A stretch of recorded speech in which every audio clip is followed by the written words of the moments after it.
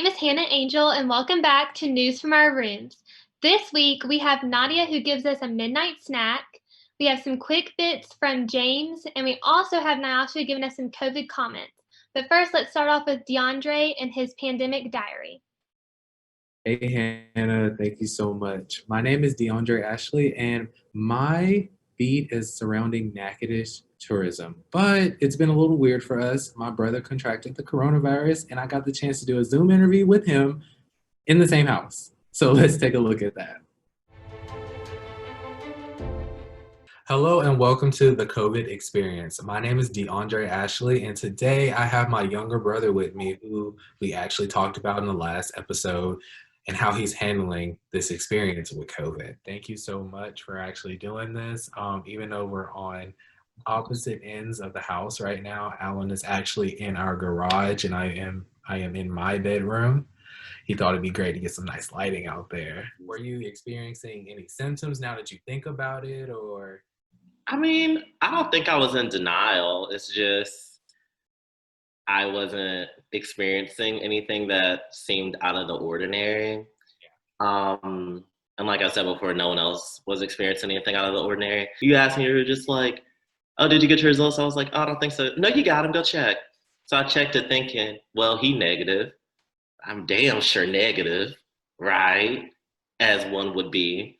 And then it said positive, and then I was just like, well, I have a video of you that I took earlier that day when we found out your results, and I walked in upon you and the room was saturated with this aroma from your cologne. Could you tell us like what you were doing when I came in?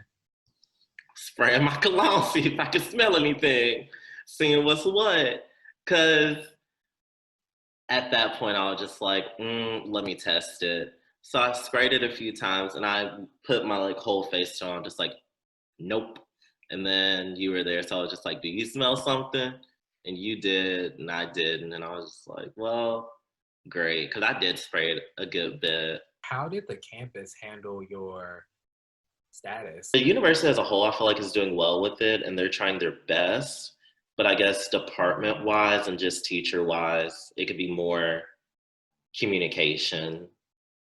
Because I received an email and all of my teachers received an email saying that I will not be in classes, but only 2 out of 6 of my teachers contacted me saying like, hey, don't worry about the assignments, or hey, like I'll extend whatever.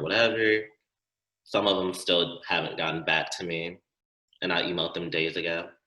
Coming up next on the COVID experience, Alan's final day of quarantine may have taken an unexpected turn. Find out in the next episode.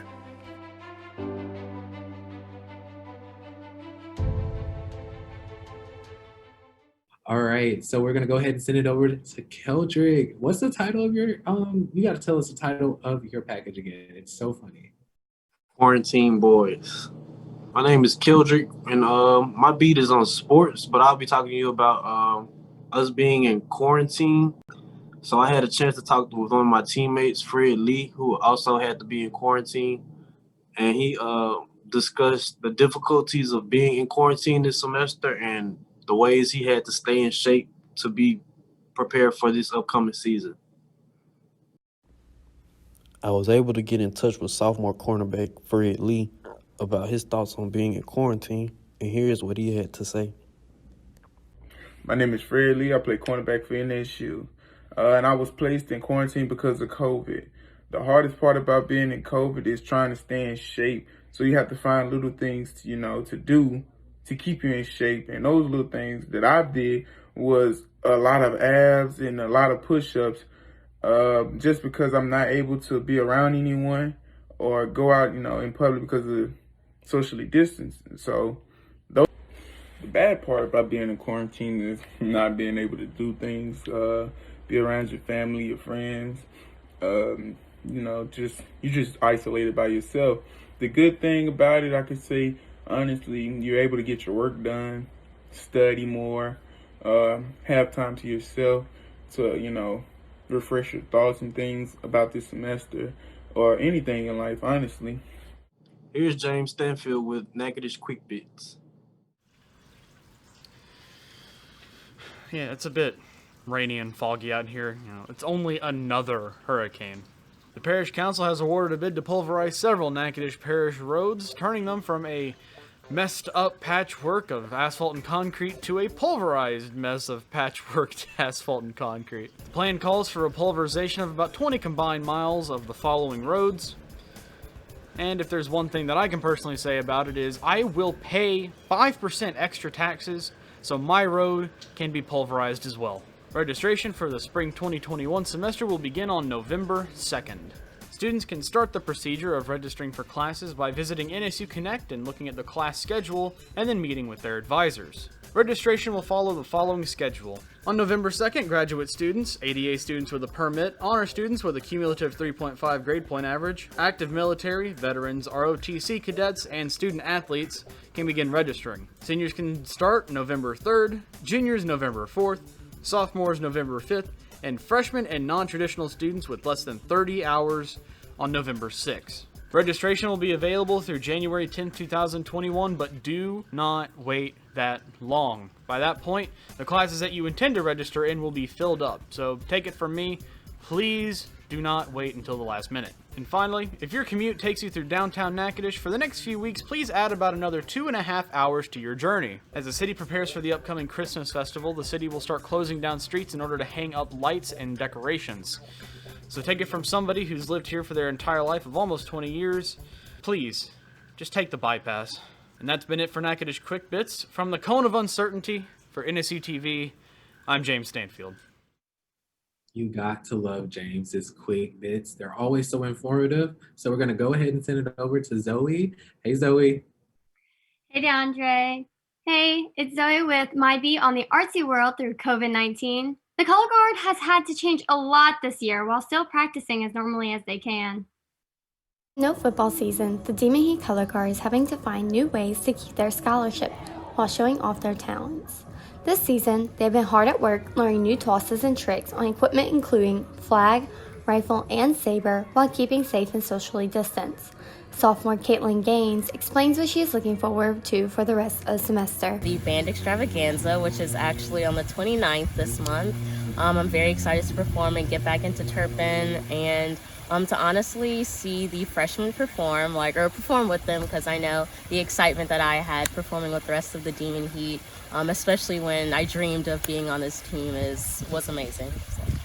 The guard practices nonstop every Tuesday and Thursday, 6:30 and 9, as well as video homeworks on their off days, a recent new addition to make up for the less practice time. This ensures the guard practices while out of class and can grasp new routines. Though the guard makes it look easy, the work they do is far from it. It takes time, dedication, and patience to master each skill and toss.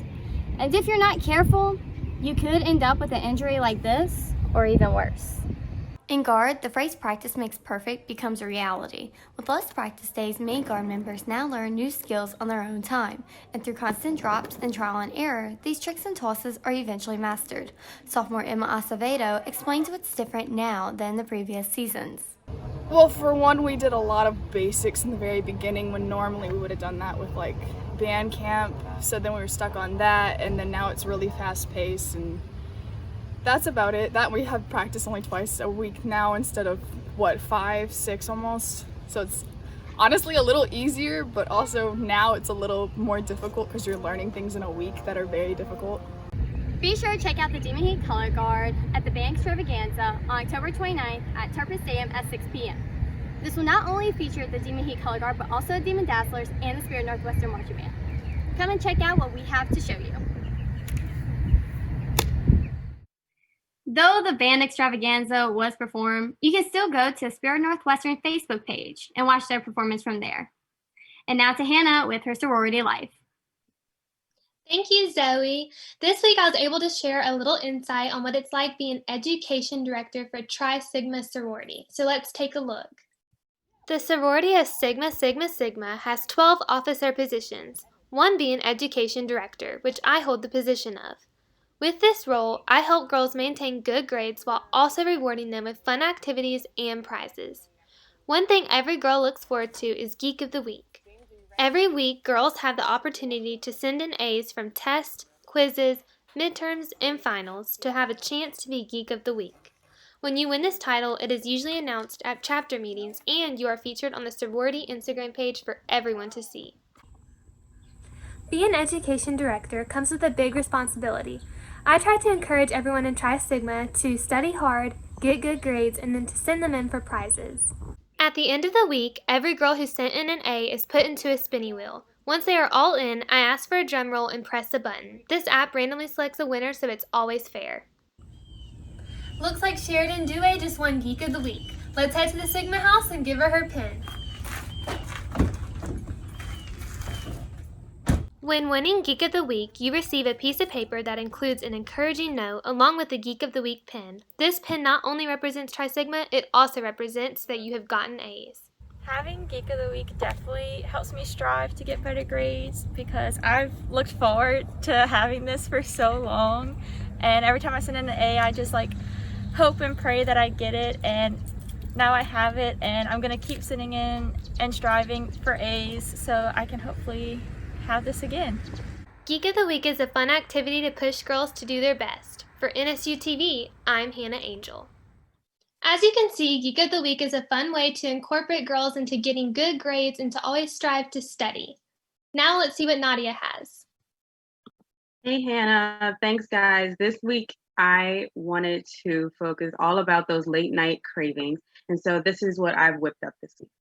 It is now 12:24 on a school night. Everyone's gone to bed and I'm still hungry.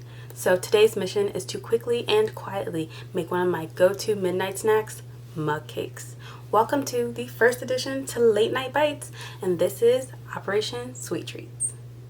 Normally I love chocolate cake, but today I'm going to make a vanilla cake. But to add a little fun, no pun intended, I'm going to make a funfetti mug cake. We are going to add our dry ingredients first, which is the flour, baking powder, salt, and sugar.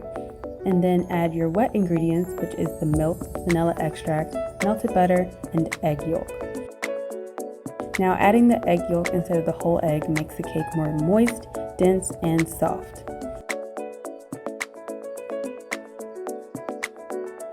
Now mix it all together until it is well combined, and be sure to get the bottom of the mug to make sure that all of your dry and wet ingredients are thoroughly mixed. Once you've done that, now you can add your sprinkles.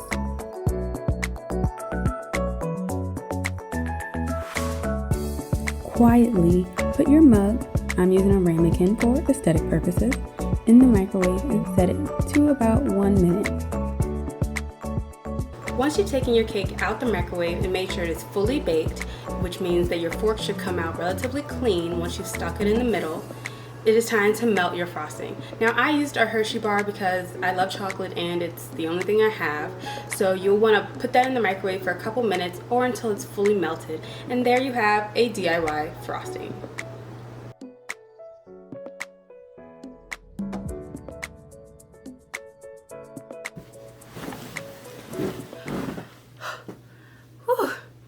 Mission complete, crisis averted, and craving satisfied. For NSU TV, I'm Nadia Johnson.